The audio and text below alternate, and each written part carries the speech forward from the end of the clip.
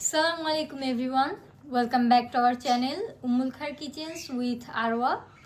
আশা করছি আপনারা সকলেই ভালো আছেন। আলহামদুলিল্লাহ আমরাও ভালো আছি। আজ আমরা একটি ভিন্ন ধরনের সাহরি আইটেম নিয়ে হাজির হলাম।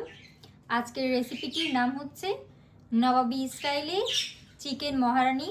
হাতের কাছে থাকা খুবই সাধারণ মশলা দিয়ে তৈরি হয়ে যাবে এই অসাধারণ রেসিপিটি, যা বানানো খুবই সহজ। যেহেতু রমজান রেসিপি, তাই খুব সহজে দেখিয়ে দেওয়ার চেষ্টা করছি। আশা করছি না টেনে সম্পূর্ণ ভিডিওটি দেখে নেবেন। তো চলে যাচ্ছি রেসিপিতে। চিকেন মহারানি বানানোর জন্য আমাদের প্রথমেই লাগবে মুরগিটা আমরা এখানে 1 কেজির মতো নিয়ে নিয়েছি। আর এখানে মুরগিটা 10 পিস করে নিয়েছি এবং ভালোভাবে ধুয়ে ঝরিয়ে নিয়েছি পানিটা। আপনারা চাইলে আপনাদের মন মতো পিস করে নিতে পারেন। এবার আমরা প্রথমেই মুরগিটি ম্যারিনেট করে নেব। মুরগিটি ম্যারিনেট করার জন্য আমাদের যে যে উপকরণ লাগছে, প্রথমেই স্বাদ মতো আমরা লবণ দিয়ে নিচ্ছি।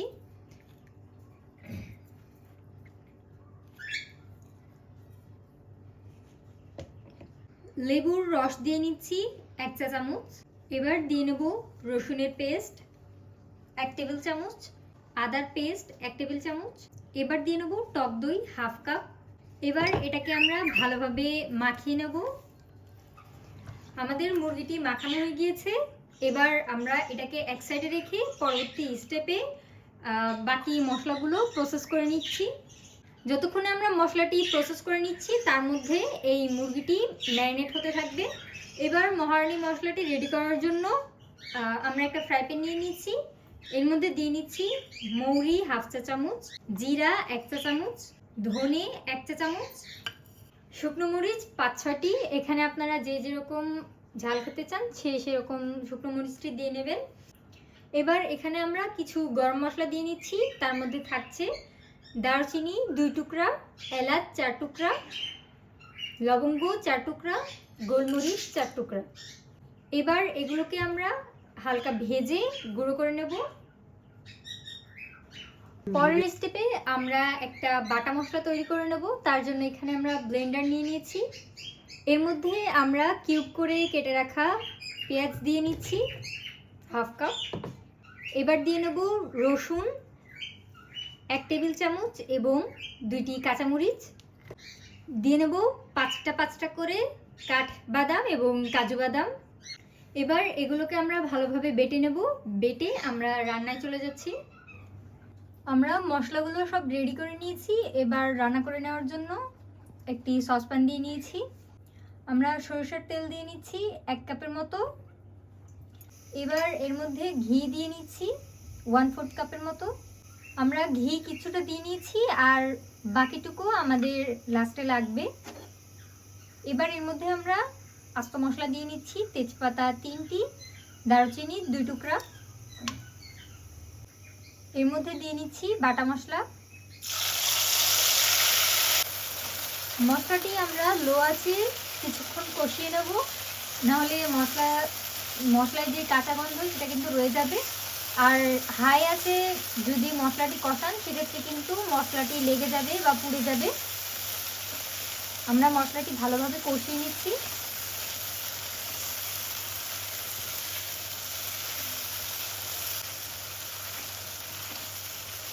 মশলাটি কিন্তু অনবরত নাড়তেই থাকতে হবে, নাহলে কিন্তু নিচে লেগে যেতে পারে।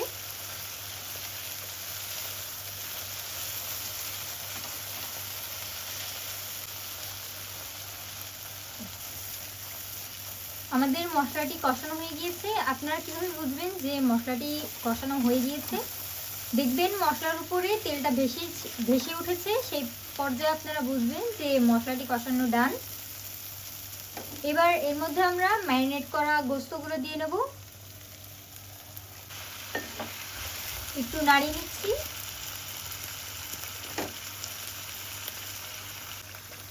এবার আমরা মহারানির যে মশলাটি বানিয়ে নিয়েছিলাম সেটা দিয়ে দেব। লবণ দিয়ে নেব সামান্য। আবারও ভালোভাবে নাড়িয়ে নিচ্ছি। এই পর্যায়ে আমরা চুলার আঁচটি হাই হিটে দিয়ে দিয়েছি। এটা 15 মিনিট হাই হিটে রান্না করতে হবে। এরপরে চুলার আঁচটি কমিয়ে দিতে হবে। আর এর মধ্যে মাঝে মাঝে নাড়িয়ে দিতে হবে যেন গোস্তটা নিচে না লেগে যায়। হাই হিটে রান্না করে নিলে গোস্ত থেকে এক্সট্রা কোনো পানি বের হবে না, যার কারণে গোস্তটা নষ্ট হয়ে যাবে না।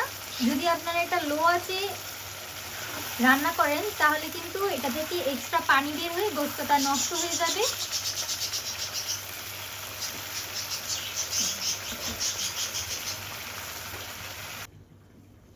আমরা 15 মিনিট লো আঁচে রান্না করে নিয়েছি। এবার ঢাকনাটি উঠিয়ে নিচ্ছি। আমরা কিন্তু এরই মাঝে 2-3 বারের মতো নাড়িয়ে দিয়েছি। দেখতে পাচ্ছেন ঝোল কিছুটা শুকিয়ে এসেছে। আপনাদের যদি 15 মিনিটের মধ্যে ঝোল শুকিয়ে না আসে সেক্ষেত্রে আপনারা চুলার আঁচটি বাড়িয়ে কিছুক্ষণ জাল করে নেবেন।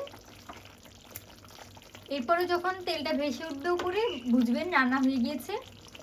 এই পর্যায়ে আমরা এর মধ্যে সামান্য পরিমাণে কাসুরি মেথি দিয়ে নিচ্ছি। এরপরে এর মধ্যে দিয়ে নিচ্ছি সামান্য পরিমাণে ধনেপাতা কুচি করে নিয়েছিলাম, সেটা দিয়ে নিচ্ছি। দিয়ে নিচ্ছি কাঁচামরিচ কয়েকটা। আমরা যেইটুকু ঘি রেখে দিয়েছিলাম সেটা এবার এর মধ্যে দিয়ে নেব উপর দিয়ে। দিয়ে নিচ্ছি কাজু বাদাম কয়েকটা। এবার এটাকে আমরা ভালোভাবে নাড়িয়ে দিচ্ছি। 2-3 মিনিটের জন্য ঢেকে নিতে হবে যেন ওই সবগুলোর মশলার ঘ্রাণটা তরকারির মধ্যে যায়। আমাদের 2-3 মিনিট হয়ে গেছে। এবার আমরা ঢাকনাটি উঠিয়ে ভালোভাবে আবারও নেড়ে নিচ্ছি। এই পর্যায়ে আমাদের রান্নাটি কমপ্লিট হয়ে গেছে। আমরা আপনাদেরকে সার্ভ করে দেখাচ্ছি। এই তো আমরা সার্ভ করে নিলাম নবাবী স্টাইলের চিকেন মহারানিটি। এটা স্বাদে ও গন্ধে অতুলনীয়, তাই বাসায় ট্রাই না করা পর্যন্ত আপনারা বুঝবেন না এর আসল স্বাদটা। সাহারিতে এমন একটা রান্না করে সবার মন জয় করে নিতে পারবেন, তাই সুযোগ একদমই মিস করবেন না। এর কিছু পুষ্টিগুণ রয়েছে, যেমন এতে পাবেন calorie, fat, protein, calcium, carbohydrate ও ভিটামিন সি। তো আর দেরি না করে ঝটপট বানিয়ে ফেলুন এই রেসিপিটি, আর সাহারিতে সার্ভ করে আমাদের কমেন্ট বক্সে জানান সবার কাছে তা কেমন লাগলো। আর অন্য কোনো রেসিপি চান কিনা সেটা আপনারা আমাদের কমেন্ট বক্সে জানান। আমাদের আজকের এই ভিডিওটি যদি আপনাদের কাছে ভালো লেগে থাকে তাহলে আমাদের এই ভিডিওতে লাইক, কমেন্ট, শেয়ার করতে ভুলবেন না। আমাদের চ্যানেলটিকে সাবস্ক্রাইব করে পাশে থাকা বেল আইকনটি বাজিয়ে দেবেন। আমাদের একটি ফেসবুক পেজ আছে, আশা করছি সেটাতে লাইক এবং ফলো দিয়ে আমাদের পাশেই থাকবেন।